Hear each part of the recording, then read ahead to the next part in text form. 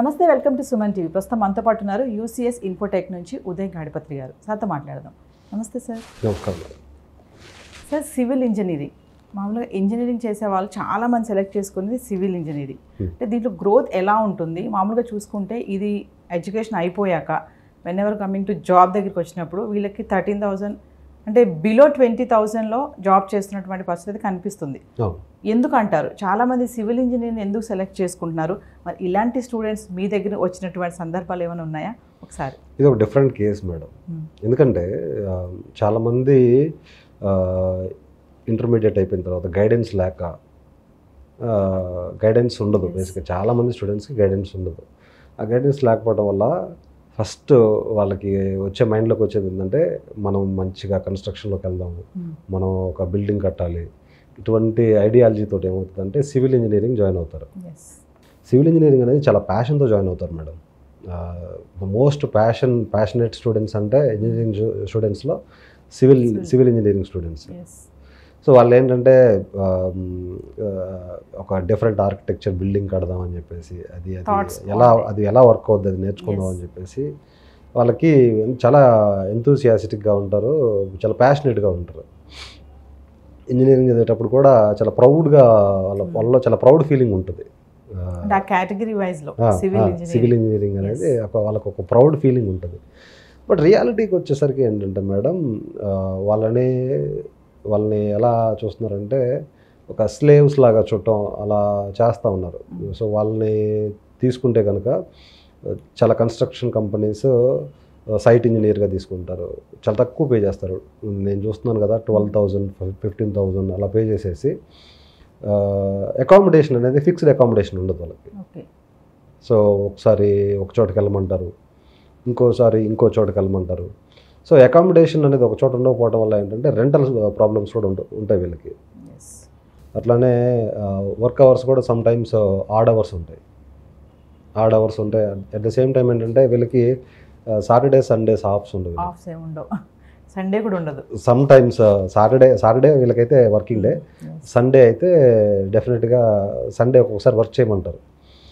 అప్పుడు వాళ్ళు ఏంటంటే వీళ్ళకి మళ్ళీ హాలిడేస్ కూడా ఒక్కొక్కసారి ఉండవు. సమ్ టైమ్స్ ఎలా ఉంటుంది అంటే ఎందుకు వచ్చాంరా ఈ ఫీల్డ్కి అన్న రిగ్రెట్ చాలా మందిలో ఉంటుంది. ఎందుకంటే వీళ్ళని స్క్వీజ్ చేస్తారు కన్స్ట్రక్షన్ సైట్లో కావచ్చు. కన్స్ట్రక్షన్ సైట్లో ఏంటంటే కొంచెం సేఫ్టీ అనేది చాలా ఇంపార్టెంట్ ఉంటుంది. కొంతమంది ఆ సేఫ్టీ మెజర్స్ కూడా ఫాలో అవ్వరు, దానివల్ల ప్రాబ్లమ్స్ వస్తాయి, కొంతమంది ఇంజురీస్ కావచ్చు.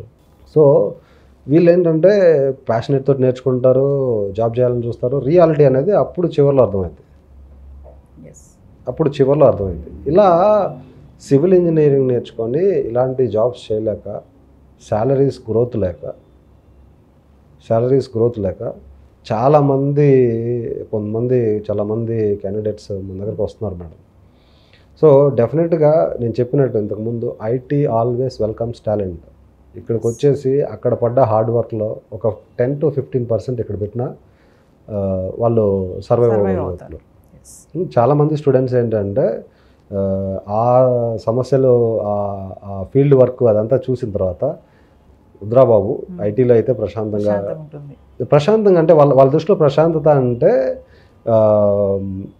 ఈ డిఫరెంట్ ప్లేసెస్కి ట్రావెల్ చేయటం, సేఫ్టీ లేకుండా వర్క్ చేయటం, వీటితో పోల్చుకుంటే ఒక చోట కూర్చొని మైండ్ని యూస్ చేసి వర్క్ చేయడం అనేది వాళ్ళకి ప్రశాంతత.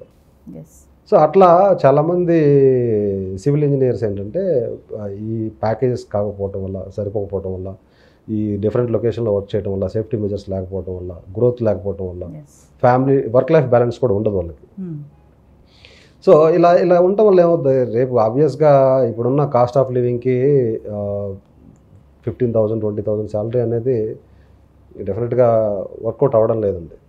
సో దానివల్ల ఏంటి, మ్యాచెస్ దగ్గర కూడా పెద్ద సమస్య వస్తుంది స్టూడెంట్ చాలా మందికి.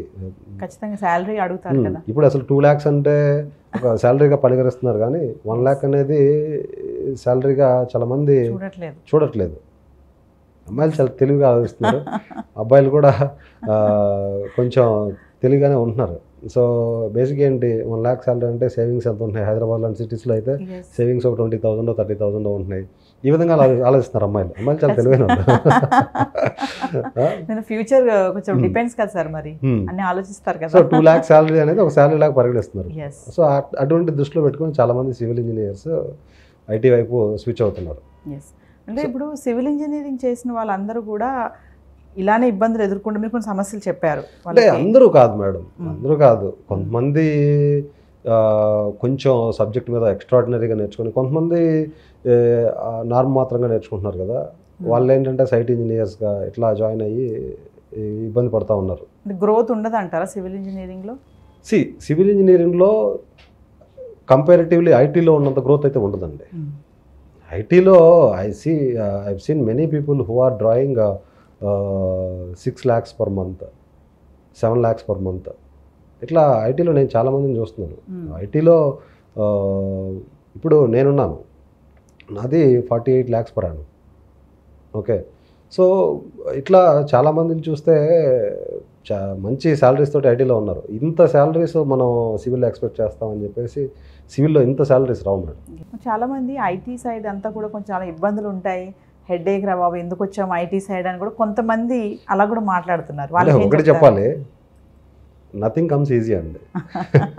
డెఫినెట్లీ ఇంత శాలరీస్ ఇస్తున్నారంటే డెఫినెట్గా మనం దానికి తగ్గట్టు ప్రెజర్ తీసుకోవాలి కదా. అసలు జాబ్ రావటమే అదృష్టం. కొంతమంది జాబ్ వచ్చిన తర్వాత ఈ వర్క్ ఈ ప్రెజర్ మనం ఎక్కడ పడతాం అని చెప్పేసి అనుకుంటారు. కొంతమంది జాబ్ లాకే ఇబ్బంది పడుతున్నారు. జాబ్ ఉందని చెప్పేసి మనం ఆనందపడాలి. సో డెఫినెట్గా మంచి శాలరీ ఇచ్చేటప్పుడు ఖచ్చితంగా మనం ప్రెజర్ తీసుకోవడానికి రెడీగా ఉండాలి. మంచి ప్యాకేజెస్ మనం ఎక్స్పెక్ట్ చేస్తున్నప్పుడు డెఫినెట్గా మనం రెస్పాన్సిబిలిటీస్ తీసుకోవడానికి రెడీగా ఉండాలి. ఎప్పుడైనా కూడా మన దగ్గర ఒకరిద్దరు వర్క్ చేస్తున్న వాళ్ళు శాలరీస్ అడుగుతూ ఉంటారు, పెంచండి సార్ అని చెప్పేసి. నేను అంటాను, రెస్పాన్సిబిలిటీస్ తీసుకొని డెఫినెట్గా పెంచమని చెప్పేసి అడగండి, నేను పెంచుతానని చెప్పేసి చెప్తాను. ఎంత శాలరీకి అంత వర్క్ ఉంటుంది. ఆబ్వియస్లీ ఎందుకంటే మనం శాలరీస్ ఇస్తున్నాం అన్నప్పుడు ఆ శాలరీస్ తగ్గట్టుగా రెస్పాన్సిబిలిటీస్ తీసుకుంటే మనం అప్పుడే మనం ఇంకోటి కూడా చేయాలి మేడం. మనం ఎప్పుడన్నా మన మేనేజర్ని హైక్ అడిగేటప్పుడు కావచ్చు, ఏదైనా శాలరీ పెంచమని అడిగినప్పుడు కావచ్చు, లేదన్నా బోనస్ అడిగినప్పుడు కావచ్చు, చెప్పాల్సింది సార్ నేను ఈ రెస్పాన్సిబిలిటీస్ తీసుకుంటాను, ఈ ఇట్లా నేను హ్యాండిల్ చేయాలనుకుంటున్నాను అని చెప్పి అడిగితే డెఫినెట్గా ఓకే అని చెప్పేసి కొంచెం పాజిటివ్ రిజల్ట్స్ వచ్చే ఛాన్స్ ఉంటుంది. సో ఫైనల్లీ సాఫ్ట్వేర్ జాబ్ అంటే బిందాస్ లైఫ్ అంటే ఏమంటారు? సో బిందాస్ లైఫ్ అని నేను అంటలేదు. సో కరెక్ట్గా మనం చేసుకుంటే వర్క్ లైఫ్ బ్యాలెన్స్ ఉంటుంది. వర్క్ లైఫ్ బ్యాలెన్స్ అంటే సాటర్డే సండే ఫ్యామిలీ తోటి స్పెండ్ చేయొచ్చు. సో ఇప్పుడు మన రెస్పాన్సిబిలిటీస్ని కనుక కరెక్ట్గా టైం టు టైం చేయగలిగితే వర్క్ లైఫ్ బ్యాలెన్స్ని మనం మెయింటైన్ చేయొచ్చు. వర్క్ని కనుక పోస్ట్పోన్ చేసుకుంటా ఉంటే వర్క్ లైఫ్ బ్యాలెన్స్ మనకు ఉండదు. సో వర్క్ని పోస్ట్పోన్ చేయడం అనేది చేసుకోకూడదు ఐటీలో అయినా సరే. సో కొన్ని ప్రాజెక్ట్స్ ఉంటాయి మేడం ఐటీలో కూడా. కొన్ని ప్రాజెక్ట్స్ ఏంటంటే హెక్టిక్ వర్క్ ఉంటుంది, అది చాలా రేర్గా ఉంటుంది. వాళ్ళకి ఏంటంటే కొంచెం ప్రెజర్గా కూడా ఉంటుంది. చాలా తక్కువ ప్రాజెక్ట్స్ అట్లా హెక్టిక్ ప్రాజెక్ట్స్ ఉంటాయి. అటువంటి ప్రాజెక్ట్స్లో వర్క్ లైఫ్ బ్యాలెన్స్ అనేది కొంచెం అటు ఇటుగా ఉంటుంది. బట్ డెఫినెట్గా IT is the best job అండి. ఐటీ అనేది one of the best jobs. Thank you madam.